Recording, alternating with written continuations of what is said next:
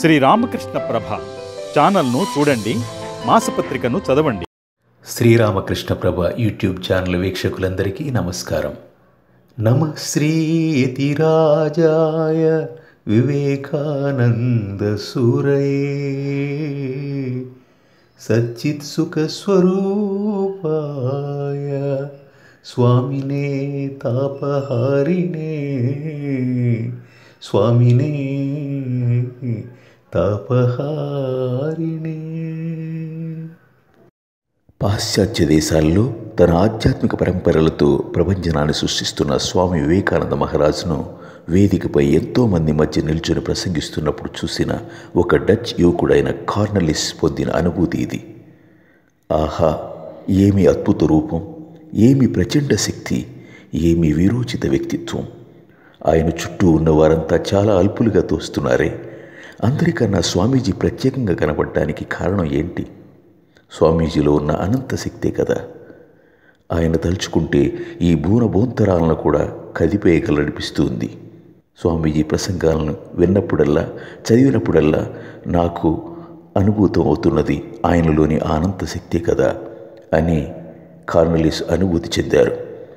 ఆ తర్వాత కాలాంతరంలో ఆయన స్వామి అతులానందగా మారారు. స్వామి వివేకానంద అంటే దృఢత్వం, నిర్భయత్వం, ఆత్మవిశ్వాసాల సంగమ క్షేత్రం. స్వామీజీ దివ్య తేజో రూపాన్ని చూసినా లేదా ఆయన రచనలను చదివినా కూడా ప్రతి ఒక్కరిలోనూ స్వామీజీ భూమిపై నడయాడిన శక్తిజనక కేంద్రం అన్న అనుభూతి కలిగి తీరుతుంది. అందుకే పాశ్చాత్యులు సైతం స్వామీజీని హైందవ జింజామారుతం అని, వీర సన్యాసి అని, హిందూ నెపోలియన్ అని కీర్తించారు. నేడు మనం భారతదేశాన్ని యువ భారతం, యంగ్ ఇండియా అంటున్నాం. ఎందుకంటే యువతరం అధికంగా ఉన్న దేశం కాబట్టి. మరి ఈ యువతరం భారతదేశానికి భారం కాకుండా ఒక బలంగా మారాలంటే ఏం చేయాలి? యువత తమ స్వీయ అభివృద్ధికి, దేశ ప్రగతికి ప్రయోజనకరం కావాలంటే ఎలా ఉండాలి? అందుకు యువ నాయకుడైన స్వామి వివేకానంద యువతకి ఇచ్చిన సందేశమే ఓ గొప్ప సమాధానం. యువకులారా, నా ఆశలన్నీ మీపైనే. నా మాటను విశ్వసించే ప్రతి ఒక్కరికి ఉజ్వలమైన భవిష్యత్తు ఉంది. ఇనుప కండరాలు, ఉక్కు నరాలు, పిడుగు లాంటి శక్తివంతమైన మనస్సును కలిగి ఉండండి. ఇదే నేను మీకు ఇచ్చే సలహా అని యువతను ఉద్దేశించి స్వామి వివేకానంద ఇచ్చిన ఈ మేల్కొలుపు సందేశాన్ని నేటి యువతీ యువకులు ఎంతమంది విన్నారు, ఎంతమంది గుర్తుంచుకున్నారు, ఎంతమంది ఆచరిస్తున్నారు? మన యువ భారతం శక్తివంతం కావాలంటే యువతరం ఆరోగ్యం పట్ల ప్రత్యేక శ్రద్ధ తీసుకోవడం, దినచర్యలో వ్యాయామానికి కొంత సమయం కేటాయించడం ఎంతైనా అవసరం. ఈ పోటీ ప్రపంచంలో యువత మార్కులు, ర్యాంకులు, హోదాలు, సంపాదనలకు ఇస్తున్న ప్రాధాన్యం ఆరోగ్య రక్షణకి ఏమాత్రం ఇవ్వడం లేదన్నది లోక విదితమే. అందుకే 4 అడుగులు నడిస్తే ఆయాసం, అరగంట కూర్చుంటే నడుము నొప్పి, గంట చదివితే తలనొప్పి. వీటన్నిటికీ కారణం కేవలం శారీరక బలహీనతే. ఇకపోతే ఒత్తిడి, అలజడి, భయం, ప్రలోభాలను ఎదుర్కోలేని దుర్బలత, వైఫల్యాలు ఎదురైతే తట్టుకోలేని దుస్థితి, వీటన్నిటికీ కారణం మానసిక బలహీనత. స్వామి వివేకానందని గమనించినప్పుడు ఆయన బాల్యం నుండి శారీరక దృఢత్వం, మానసిక శక్తిని కలిగి ఉండేవారు. స్వామీజీ ప్రతిభ కేవలం విద్యలోనే కాదు, మల్ల యుద్ధం, కరసాము లాంటి వివిధ క్రీడలతో పాటు సంగీతంలోనూ సాటిలేని ప్రతిభను కనబరిచేవారు. ఇక స్వామీజీ మేధాశక్తి గురించి ఎంత చెప్పినా తక్కువే. మన ఆచార్యులందరూ కలిసినా కూడా వివేకానంద జ్ఞాన సంపత్తో సరితూగలేరు అని Harvard university professor JH right సైతం ప్రశంసించేవారు.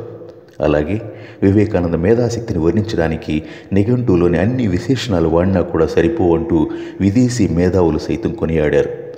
అయితే ఇది కేవలం స్వామీజీకి మాత్రమే సాధ్యమా? అందుకు సమాధానంగా స్వామీజీలు అనేవారు, నేను పొందిన ఈ మేధాశక్తిని ప్రతి ఒక్కరూ పొందవచ్చు. అందుకని 12 ఏళ్ల పాటు బ్రహ్మచర్యాన్ని పాటించి తీరాలి. నేటి యువత బ్రహ్మచర్యాన్ని పాటించలేకపోవడం కారణంగానే శారీరకంగానూ మానసికంగానూ బలహీనలు అవుతున్నారు అంటూ ఆవేదన చెందారు స్వామీజీ. ఏ చిన్న కష్టం వచ్చినా, ఏ చిన్న ప్రలోభం ఎదురైనా కూడా తట్టుకోలేని నేటి యువతరం స్వామీజీ జీవిత చరిత్రను ఒక్కసారి చదివినా వారిలో ఎనలేని ఆత్మశక్తి, ఆత్మవిశ్వాసం పెంపొందుతాయనడంలో ఎటువంటి సందేహం లేదు. అందుకు వివిధ రంగాల్లో ఉన్నతిని సాధించిన ఎంతోమంది అనుభవ పాఠాలే నిదర్శనంగా నిలుస్తాయి. వివేకానంద తన జీవితంలో తండ్రి హఠాన్మరణం వల్ల అప్పటి వరకు వైభవంగా బ్రతికిన కుటుంబం కాస్త కటిక దారిద్ర్యాన్ని అనుభవించాల్సి వచ్చింది. అపారమైన మేధాశక్తి కలిగిన ఆయనకి ఒక చిన్న ఉద్యోగం దొరకడం కూడా గగనం అయిపోయింది. కుటుంబం అంతా రోజులు తరబడి పస్తులుండాల్సి వచ్చింది. వీటికి తోడు బంధువులు కూడా ఆస్తిని కాజేశారు. ఇలాంటి క్లిష్ట పరిస్థితుల్లో సైతం ఆయన కుటుంబ బాధ్యతలను విడిచి పారిపోలేదు. అలాగే నిరాశతోనూ కృంగిపోలేదు. మనోస్థైర్యంతో అన్ని కష్టాలని సమస్యలను ఎదుర్కొన్నారు. స్వామీజీ దుర్భర బాధలను అనుభవిస్తున్నప్పుడు ఆయన మిత్రులు కొంతమంది స్వామీజీని పెడదోవలు పట్టించడానికి కూడా ప్రయత్నించారు. ఒక ధనవంతురాలను పెళ్లి చేసుకుంటే తన కష్టాలన్నీ తీరిపోతాయనే ప్రతిపాదన కూడా చేశారు. కానీ స్వామీజీ అందుకు తిరస్కరించారు.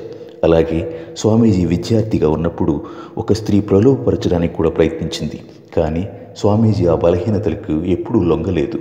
ఆ విధంగా ఆయన జీవితంలో ఎదురైన ఎన్నో ప్రలోభాలని, ఆకర్షణల్ని స్థిరచిత్తంతో అధిగమించగలిగారు. అందుకని నేతాజీ సుభాష్ చంద్రబోస్ స్వామీజీ గురించి ప్రస్తావిస్తూ ఇలా అన్నారు: స్వామి వివేకానంద తన రచనల ద్వారా, ప్రసంగాల ద్వారా యువతరాన్ని ప్రభావితం చేసినట్లుగా దేశంలో మరే నాయకుడు ప్రభావితం చేయలేదు. యువకుల ఆశల్ని, ఆశయాల్ని సంపూర్ణంగా అవగాహన చేసుకున్న మహనీయుడు ఆయన.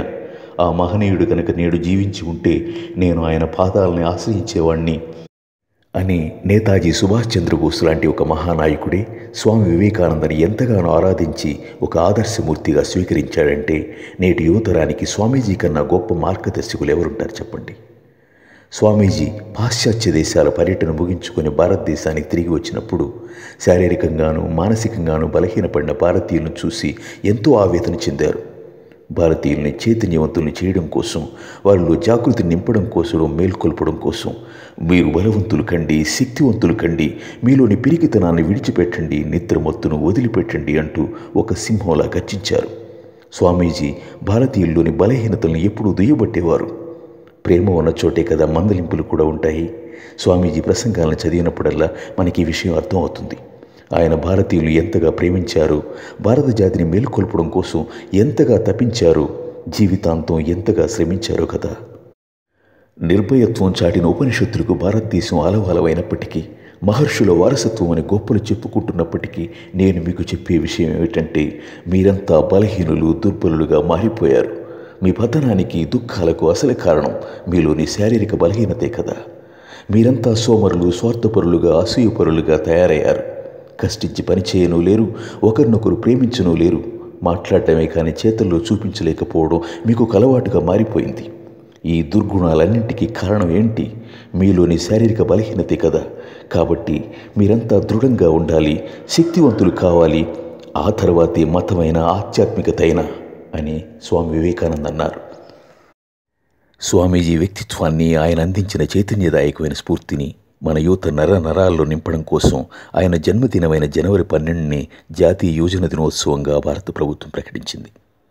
భారతీయుల్లోని బలహీనతల్ని, మరీ ముఖ్యంగా నేటి యువతరంలో నెలకొన్న నిర్లిప్తతని, నిరాసక్తతని, నిస్తేజాన్ని ఎత్తిచూపుతూ స్వామీజీ పలికిన పదునైన బాణాల్లాంటి పలుకుల్ని, తూటాల్లాంటి ఆనాటి మాటల్ని గుర్తు తెచ్చుకొని తమను తామను మార్చుకొని శక్తివంతులుగా, బలవంతులుగా యువతరం మారగలిగితే మన దేశం సుసంపన్నంగా, సుభిక్షంగా మారడానికి మరెంతో కాలం పట్టదు.